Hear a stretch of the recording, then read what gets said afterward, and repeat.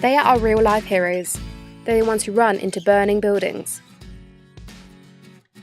The common perception of firefighters is that when they aren't saving lives, they sit around waiting for a call to come in. So what do firefighters do on a daily basis? I followed crews around and filmed across 3 fire stations in my home county of Oxfordshire, in the towns of Kidlington, Bicester and Witney. We get really positive feedback on our responses to emergency incidents in the public, and we work really well as a team, and I think that shines through in the public eyes as well as amongst the crew when we're sent to emergency incidents.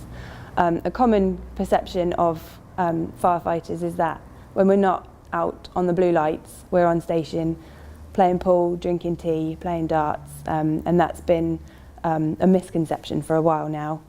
We do lots of other things on station, including our regular training. We have to keep on top of all of our training records, as anybody would do in any other kind of job.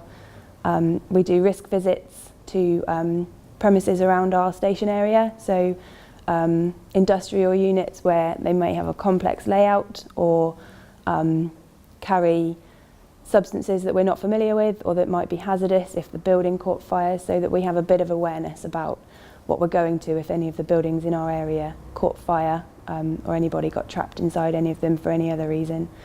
So we spend our time familiarising ourselves with our patch, as well as keeping on top of our training on station with technical and practical sides of it. So we do keep ourselves busy.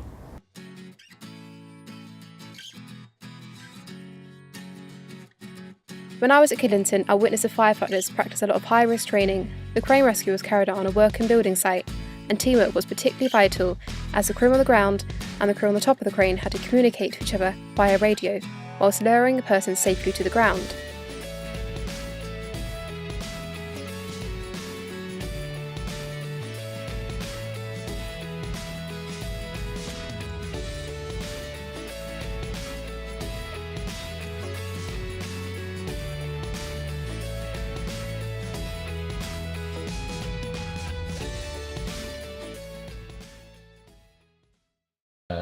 The colleges have been running for 100 I spoke to years Mike now. about the work they do visiting these colleges and why it is so important. Of paintings, heritage, history, architecture, then the libraries as well. We've got the Old Bodleian Library, every first print of anything published.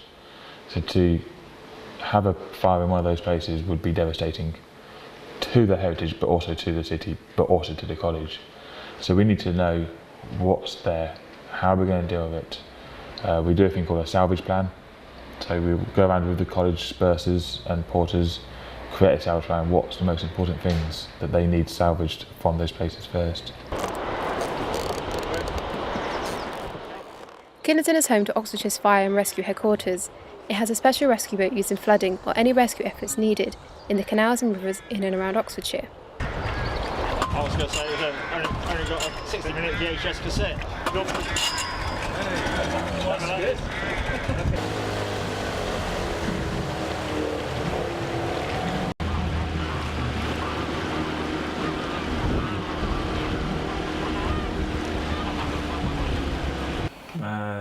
Bit of a childhood dream. My dad was a firefighter as well here when I joined, but he's retired now.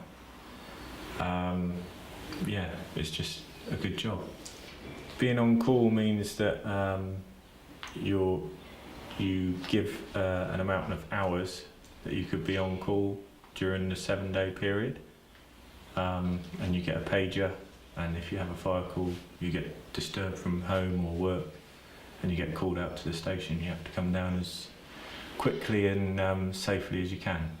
When you get called out from a whole-time station, you would have the term is the fire engine out of the doors in under a minute, and here on call it's 5 minutes.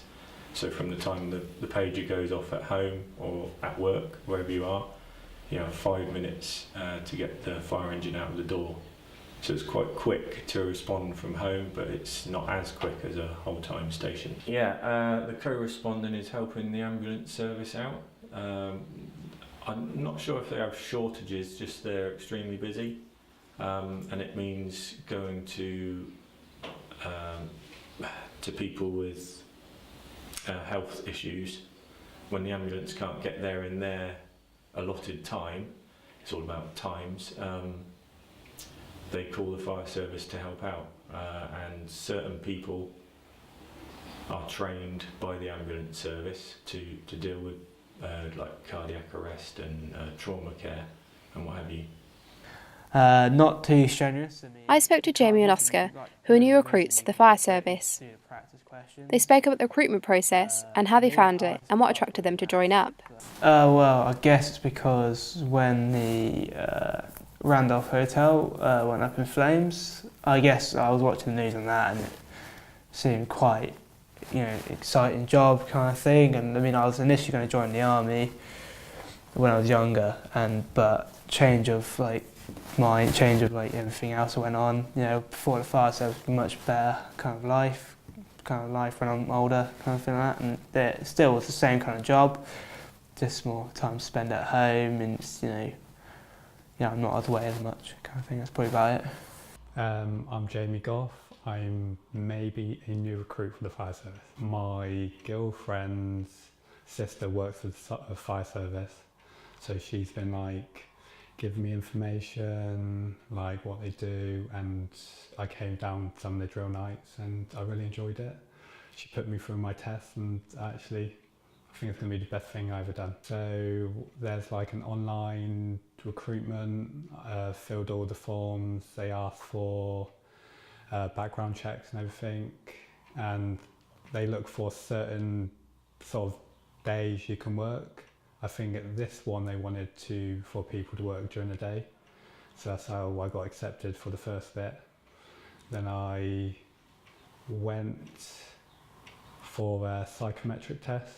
That's just maths, English, all that. If you strongly agree with certain stuff. And after I did that, I went for my practical test, which was 2 weeks ago. It's just how you cope under pressure, going up ladders, how you are in the dark. And I passed that, and just waiting for my interview in 2 weeks' time.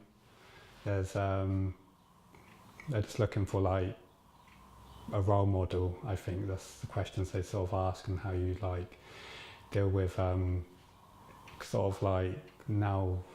customers and sort of that. So hopefully. Tuesday is drill night, and this is when the firefighters focus on one area of training, such as using ladders, water pumps and car crash scenarios. For car crash scenarios, the crew watch training videos and discuss if they would do anything differently. They then go and practice.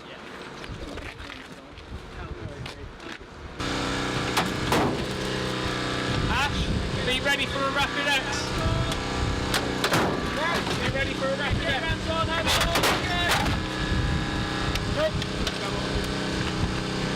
rapid X, off leg. We're just going to be putting a punch through the windscreen and call it out so that you know when to expect the noise, okay? Ready then? And then 3, that's impact, okay? 3, 2, 1, impact. Okay, yep, ready on your mate. Just reach across and I'll bring it towards me. Comms with the casualty when you're cutting. Okay. It's going to be cutting the windscreen, so you're going to hear a loud noise now, okay?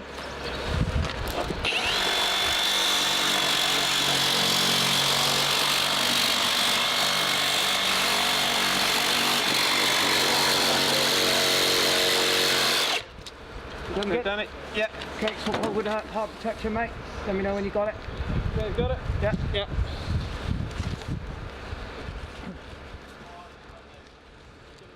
Because of the nature of the job, strong teamwork is important. It was apparent how well the firefighters got on and had good humour to bounce off each other, which helps in getting through the day. It's actually vital. Without good teamwork, you won't work at all. I work a 24/7 shift system, so I'm a 2 day, 2 nights, and then 4 days off. So I'm just completing my second day shift today. I'm not back now until 6 o'clock tomorrow night to do a night shift. Day shifts are 10 hours long. 10 hours can go quite quickly depending on what we're doing, how many calls we get, what training we've got planned. Especially when you have some bad times. The bad incidents, you need a mate to hold on to. There's no qualms. Firefighters do cry, men do cry. You have to. Some don't, some will bottle it up, but they'll always have a release somewhere down the line. Why did I want to join?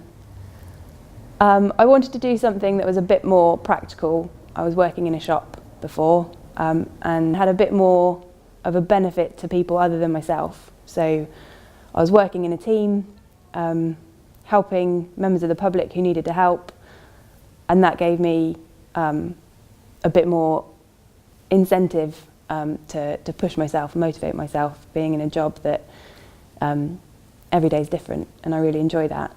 I wanted to become a firefighter because my dad was a firefighter, an on-call firefighter at Waddesdon Fire Station in Buckinghamshire. It's something I've always wanted to do since a young age, and then I got into the on-call part of the service 8 years ago, giving nights and weekend cover in Bicester around my full-time job, which was working in highway maintenance. I've recently, since last October, transferred from on-call to whole-time, and now do both roles. On my days off from whole-time, I do cover at Bicester. As a whole-time firefighter, you'll work in shifts, which is currently 2 days, 2 nights, then 4 days off. So you're based at your fire station, which for me is Rewley Road in Oxford. So I'm on a watch of 14 people. When you arrive, you're given routine duties to do in the morning. There'll be a drill period, and then depending on if you have any incidents to attend throughout the day. There's also a big part of community fire safety, carrying out school visits, safety and well-being visits for elderly people, and also installing smoke alarms as well. So our training is worked out on a system called Red Kite. So you have different subjects to work on, and it's like a calendar. So you have like 6 months. So once you do it, then it needs to be fresh within 6 months, sort of thing. So that's from like the basics of pumping and working with ladders to working at heights, or road traffic collision training. So that's all like on an annual programme that you have to maintain your skills throughout the year. At Bicester, there's a very close-knit team. All new starters are made to feel welcome. Everyone works together. You have to, because at this station everyone comes in from different jobs, different backgrounds. As soon as the pager goes off, you're all in your fire kit and out together. A maximum of 6 of you on the fire engine, going to any instant, fire, flooding, road traffic collisions. You just all need to know which job you're going to do at that job to get the best outcome.